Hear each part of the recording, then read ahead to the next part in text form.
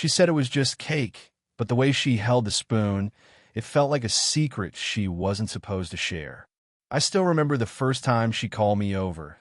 The way her voice carried through the thin walls of the duplex, half a question, half a dare. "Would you like some cake?" she asked like it was nothing. But it wasn't nothing. It was a quiet Sunday, one of those afternoons that feels hollow in the middle, sunlight coming in too softly, a ceiling fan humming like a secret you're not supposed to tell.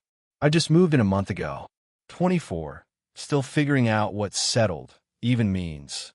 And she was different. Her name was Clara, mid-40s maybe, calm in a way that made silence feel like company. She always wore loose sweaters, sleeves rolled up halfway, like she was too busy for vanity, but not careless either. That day, I almost said no, but she smiled before I could answer, that kind of quiet smile that makes you forget what you were doing. Inside her house, everything smelled faintly of vanilla and something floral. Maybe her perfume, maybe just her. There were books stacked unevenly near the kitchen counter, a half-written letter by the window, and a single plate with 2 forks already waiting. "Just made it this morning," she said, setting the cake on the counter. "Don't judge the icing. I ran out of patience halfway." I laughed, a little awkward.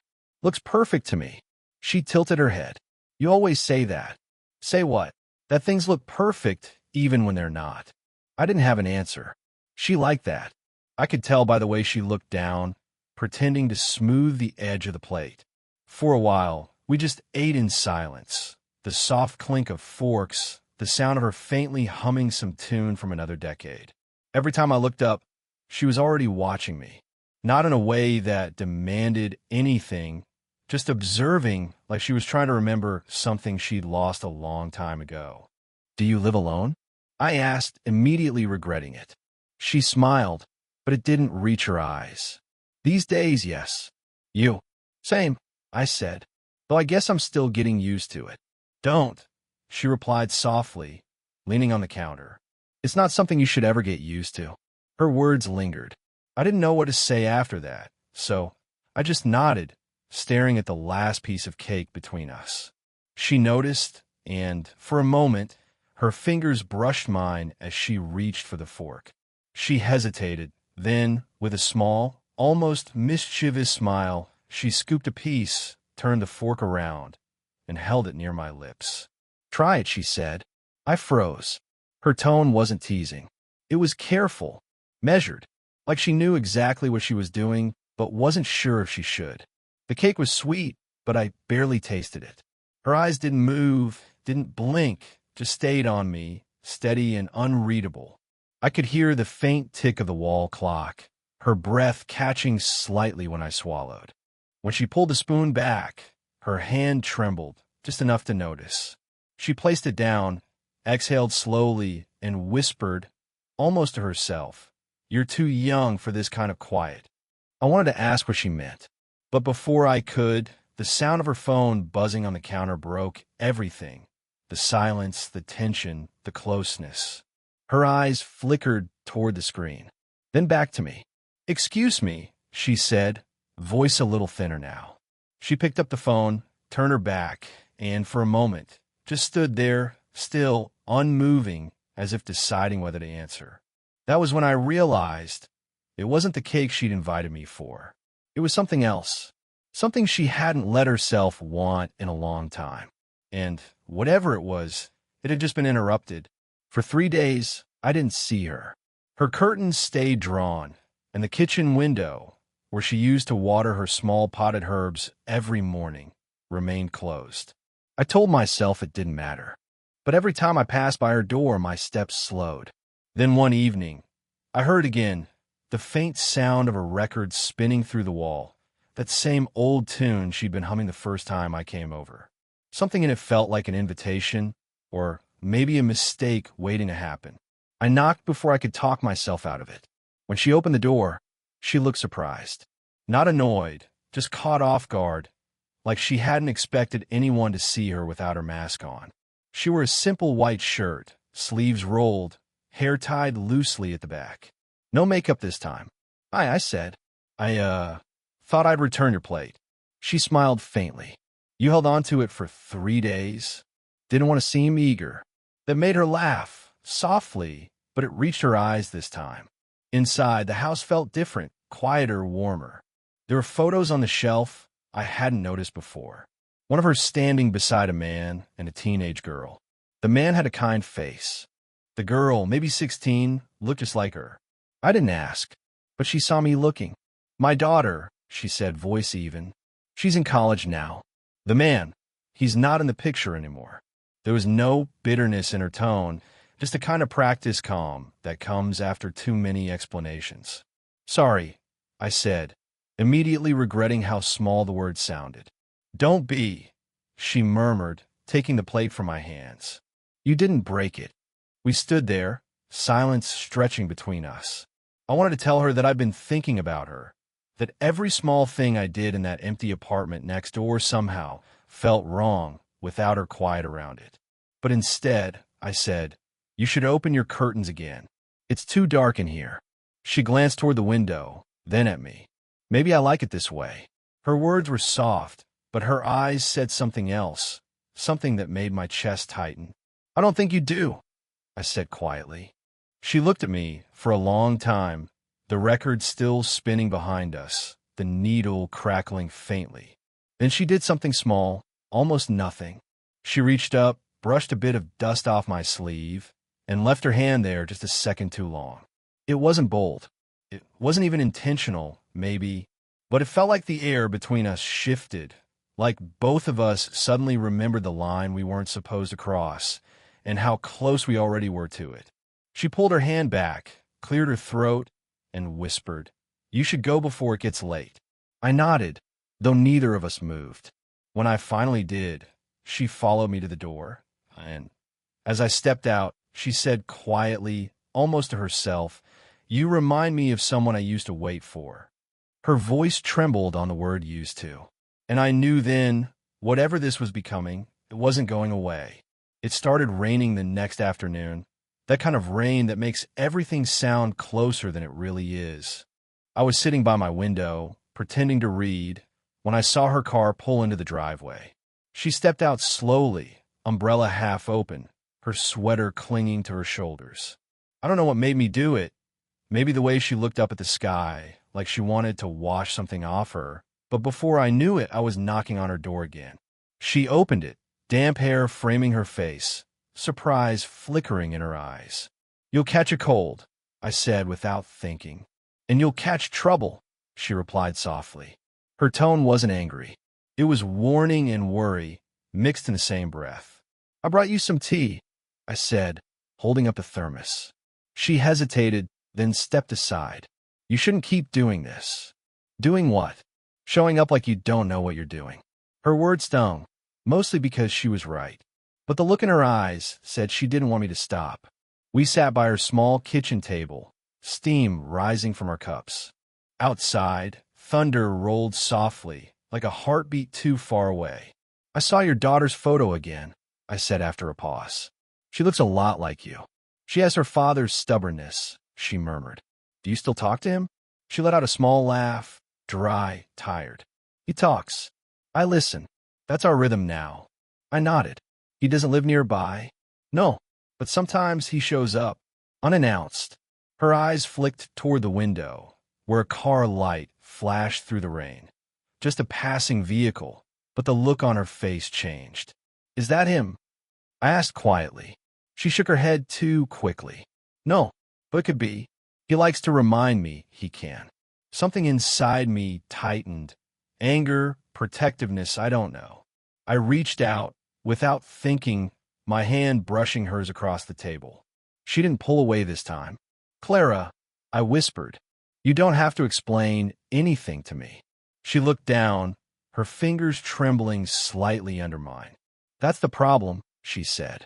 You don't ask, and that makes me want to tell you everything.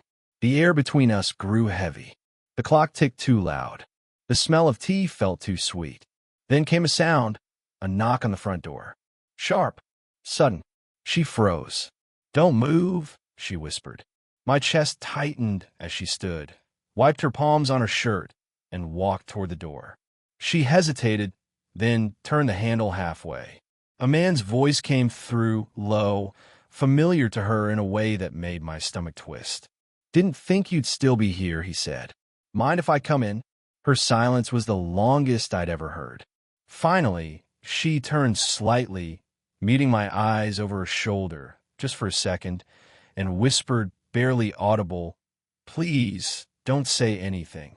Then she opened the door wider, and I realized I wasn't supposed to be part of her world, but somehow I already was.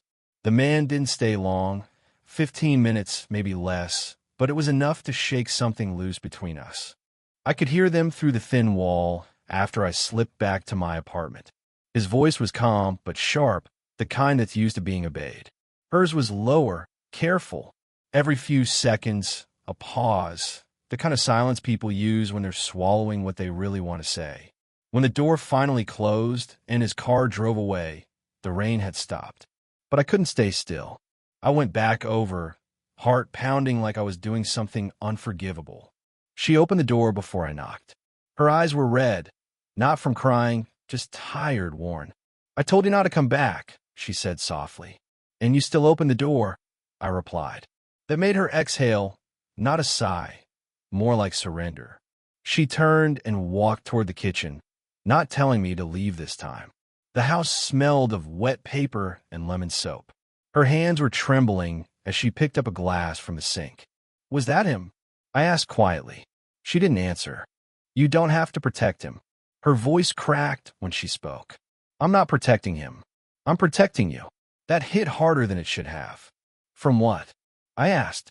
"From you." She looked at me then, really looked at me, and something unspoken passed between us. "From what happens next," she whispered. The way she said it made my chest tighten. Every nerve in me wanted to step closer, but I didn't know what I'd do if I did. She turned away, gripping the counter like it was holding her up. "You think this is simple? You think it's just some harmless thing between neighbors?" "I don't know what this is," I said, "but I know I can't pretend it doesn't exist." Her breath caught, the kind of inhale that breaks something open inside. "Don't say that," she said. You're young, and don't," I interrupted. "Don't finish that." Silence. Then she laughed once, a hollow, nervous sound. "God, listen to us." I stepped closer. The space between us vanished faster than I meant it to. "You keep warning me," I said, "but you don't walk away." She turned, face inches from mine. Her voice dropped, trembling. "Because I don't want to." The words hung there, raw, reckless, honest. Her hand brushed my chest, hesitated, then stayed there. My heart was hammering so loud I was sure she could feel it. "Clara," I whispered. "Tell me to stop." She closed her eyes. "I can't."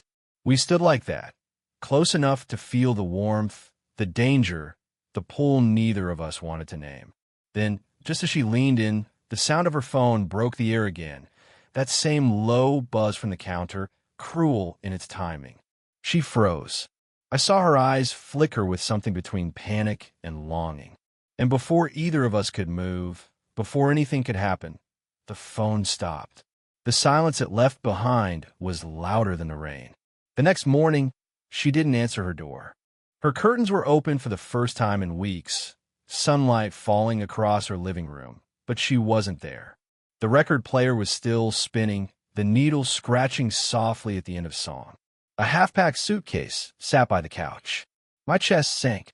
I shouldn't have gone in, but the door was cracked open, just enough to mean come in or stay out forever. Inside, it felt like a goodbye that hadn't been said out loud yet. Her mug was still warm. There was a note on the counter, folded twice, but not sealed. My name written on the front. Before I could open it, I heard footsteps behind me. Looking for Clara? It was her daughter. I froze. She was older than in the picture, maybe 20, 21. Wet hair, college hoodie, eyes sharp like her mother's but younger, more certain. "She told me about you," she said, crossing her arms. "Not everything, but enough." I swallowed. She said she was leaving? She was supposed to. "My dad called last night." The room spun slightly. "He came here." She nodded. "He always does when he feels her slipping away." Her tone was calm, too calm. like she'd grown up watching her mother walk this tightrope before. Look, she continued, whatever's going on, you should stay out of it. My mom, she breaks things when she's scared. And right now, she's terrified. She's not the only one, I said quietly. Something flickered in her eyes. Pity, maybe understanding. Then she stepped closer, lowering her voice. She told me you reminded her of someone. You know who that was? I shook my head. My brother, she said. He passed away 5 years ago. The air left my lungs. She said you had his way of listening, like you were holding the silence for her. I didn't know what to say. I wanted to deny it, but something about the way she said it, half pain, half grace, made it impossible. She wasn't trying to use you, she added. But sometimes people get lost in the wrong memories. The front door opened before I could answer. Clara stood there, still in her raincoat, eyes wide when she saw us. The color drained from her face. Mom, the girl said quietly. You should have told him. Clara's lips parted, but no sound came out. She looked at me, then at the letter still in my hand. I wasn't ready, she whispered. For what? I asked, voice breaking. To lose him again. Her words cut straight through me. Not because they made sense, but because they didn't. For a long second, the three of us stood in silence, past, present, and guilt all sharing the same air. Then she took the letter from my hand, tore it clean in half, and said, You were never supposed to know. And just like that, the warmth between us turned cold. Not because it wasn't real, but because it finally was. The rain returned that night. Harder, heavier, like the sky had been holding its breath all day just to let it out at once. Clara hadn't spoken to me since the morning her daughter left. The silence between our apartments had become unbearable. Not peaceful, not angry, just suspended, like neither of us knew what came next or who was supposed to break first. I told myself to leave her alone, to let the story end where it should have, with a quiet understanding, a half-written letter, and a door never opened again. But love, or whatever this was, doesn't end neatly. It unravels, slowly, messily. By midnight, I was standing outside her door again. No plan, no excuse. Just that same ache that wouldn't let me sleep. When she opened it, she didn't look surprised, just tired. Her eyes were red, her hair unkempt, and her voice barely above a whisper. I knew you'd come. I stepped inside, closing the door behind me. The house was dim except for one lamp near the window. Her suitcase was gone. Where were you going? I asked. Nowhere, she said, half smiling. I packed because it's easier than staying. I shouldn't have read the letter, I blurted. She shook her head. You didn't. I made sure of that. I took a breath. You said I reminded you of him, your son. Her lips trembled. I shouldn't have said that. Then what is this, Clara? I asked, because I can't keep pretending it was just confusion. It wasn't. She turned away, gripping the window frame. You think I don't know that? Every time I see you, I feel like I'm breaking a rule I wrote for myself years ago. Then break it, I said. For once, just don't stop yourself. She turned then, and there was something raw in her eyes. Fear, longing, guilt, all tangled together. I lost my son in a car accident, she said quietly. He was 23. You're 24. The same age he'll always be in my mind. When you showed up next door, it felt like I got a second chance to hear laughter in this house again, to feel something that didn't hurt. Her voice cracked. But then you looked at me like I was someone you could love, and I didn't know how to be that person anymore. The room went silent, except for the rain hammering against the glass. I stepped closer, my hand hovering near hers. You don't have to be anyone. You just have to stop running from what's already here. She looked at me for a long moment, really looked. Then she reached up, her hand trembling as it touched my cheek. This isn't what you think it is, she whispered. It's not a love story. Get me trying to breathe again. I covered her hand with mine. Then breathe. Tears filled her eyes, not from sorrow, but from release. And in that fragile silence, we didn't kiss, didn't promise anything. We just stood there, two people who'd finally stopped pretending they didn't need to be seen. Outside, the storm began to ease. A week passed before I saw her again. Her window, the one that had once been shut tight, was open now, white curtains breathing with the wind. There was no music, no smell of cake, no flicker of a record spinning. Just quiet. But it wasn't the same kind of quiet as before. This one felt lighter. I was out front, fixing my bike, when she stepped on her porch. She looked different, rested, present. The kind of calm that comes only after you've stopped trying to fix the past. "You're leaving," I said, even though I already knew. She nodded, smiling faintly. "Just for a while. My daughter found a place closer to her campus. I'll stay with her until I figure out what I want next." The words "what I want next" lingered. Once I would have asked if that meant me, but I didn't. I'd learned enough to know that not every question deserves an answer. I leaned the bike against the railing. "You look better." "I feel lighter," she said. Then, after a pause, because I finally stopped running, we both knew what she meant. She walked down the porch steps, slow and steady. Her hands were empty. No suitcase this time, no note, no half-truths. Just her. "I never got to thank you," she said, "for seeing me when I couldn't." I wanted to tell her that I didn't do anything special, that all I did was listen, the same way I'd listened the night she almost kissed me, the night she cried, the morning she said she couldn't stay. But sometimes listening is everything. "I wasn't trying to fix you," I said quietly. "I know," she replied. "That's why it worked." For a long moment, we stood there in the golden light of late afternoon, the kind of light that softens edges and makes goodbyes bearable. Then she reached in her pocket and held out something small, a silver spoon, the same one she'd fed me with that first day. "I thought you might want to keep it," she said, "so you don't forget the taste of bad icing." I smiled, but my throat tightened. "You're sure?" She nodded. "I already remember." I took it from her hand, our fingers brushing for the last time. And then she turned, walking toward her car. No dramatic glances, no promises to write, no unfinished words left hanging. Just quiet acceptance, the kind that doesn't need to be explained. When the engine started, I didn't wave. I just stood there, holding that spoon like it was proof that something beautiful had existed, something imperfect, impossible, and real. She didn't look back. She didn't have to, because this time, I wasn't waiting for her to return. I was just grateful she'd let me in, long enough to remind us both what connection feels like when it's honest. The rain never came back after she left, just sunlight, and the faint sound of her laugh in my memory, echoing through the walls one last time.